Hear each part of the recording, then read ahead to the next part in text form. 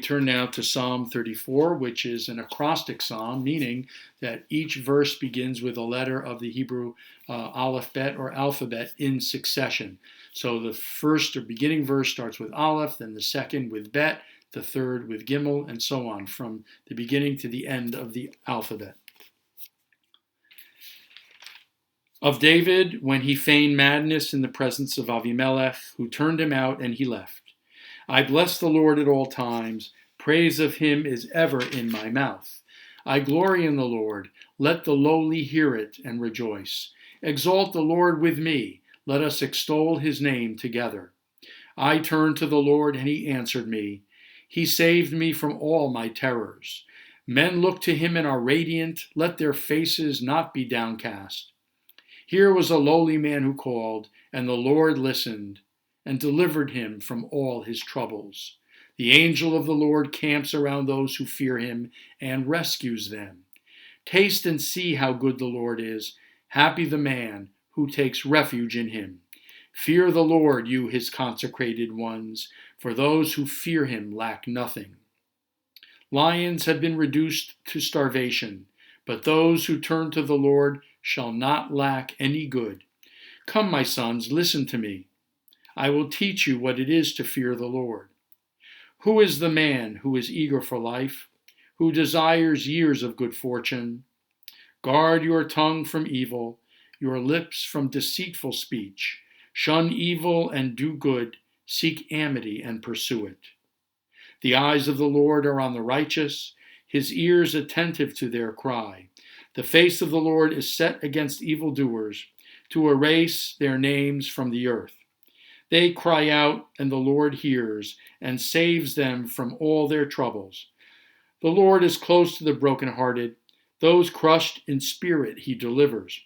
Though the misfortunes of the righteous be many, the Lord will save him from them all, keeping all his bones intact, not one of them being broken. One misfortune is the death blow of the wicked. The foes of the righteous shall be ruined. The Lord redeems the life of his servants, and all who take refuge in him shall not be ruined. We often like to say that Jews often take the side of the underdog in many situations, and that can happen in business life, in professional life, in social life, and even in sports life. I recall in 1962, when I was 9 years old, my father took me to the Polo Grounds in New York, which had been the home of the New York Giants. The Giants then, the baseball Giants, moved out to the West Coast. The brand new team, the New York Mets, had just started to play at the Polo Grounds. My best friend was a huge Yankees fan. I had lots of friends who were Yankees fans, but the Yankees were just too good. The Mets were so bad, so terrible, that I had to fall in love with them, and I began rooting for the Mets from the very beginning, culminating in 1969, when the amazing Miracle Mets made it to the World Series. Somehow, my father landed tickets to the 5th game of the World Series against the Baltimore Orioles at Shea Stadium. And at that 5th game, the Mets clinched the World Series.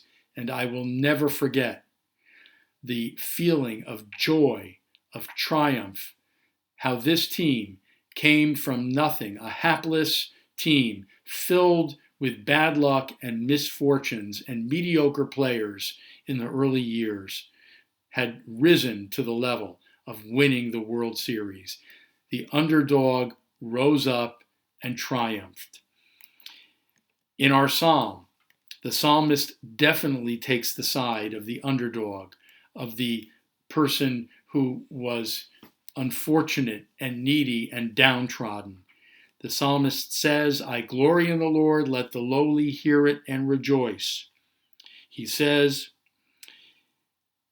that there was a lowly man who called, and the Lord listened and delivered him from all troubles. He goes on to say, the Lord is close to the brokenhearted. Those crushed in spirit he delivers. Though the misfortunes of the righteous be many, the Lord will save him from them all. In the eyes of the psalmist, the Lord takes the side of the underdog. Anyone who feels that he or she is in despair, downtrodden, down and out, broken, the Lord comes in, intervenes, and rescues and delivers them from their state of despair, because the Lord loves and cares for the downtrodden. There is a verse in this psalm that was turned to a melody, a tune, which is very well known and often sung. The verse goes like this: Who is the man who is eager for life, who desires years of good fortune? Guard your tongue from evil, your lips from deceitful speech. Shun evil and do good, seek amity and pursue it. I will attempt to sing it for you. Here goes. Mi ha'ish hechafetz chayim ohev yamim lirotov nitzor lishonecha mera usafatecha midaber mirma sur mirav aseitov bakei shalom v'radfehu.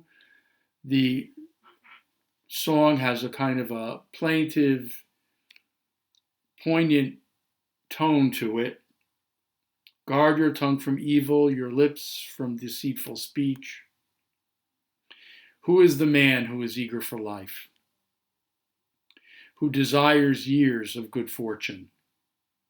What does it take for us to live life to its fullest and to be blessed with good fortune?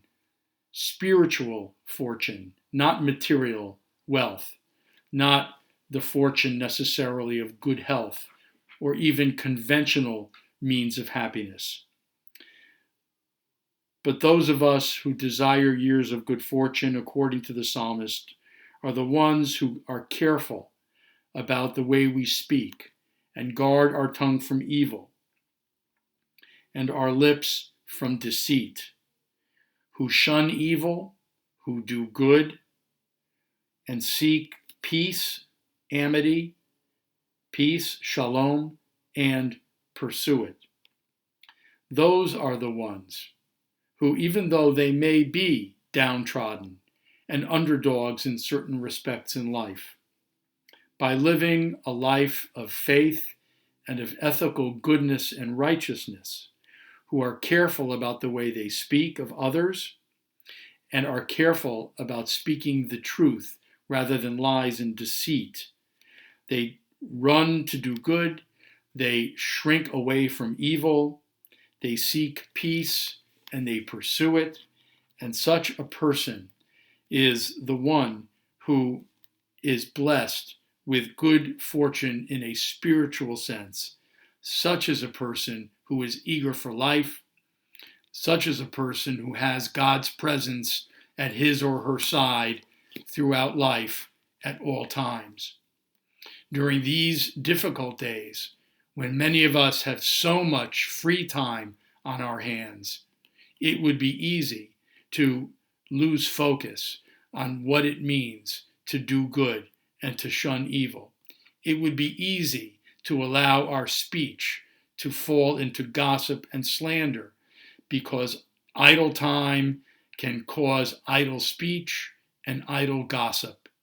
Rather, this is a time to be careful about how we talk, to be careful, about how we speak, to keep the focus of good in front of us at all times, and to keep God's presence and our faith in the forefront of our consciousness and awareness at all times, especially now. Thank you.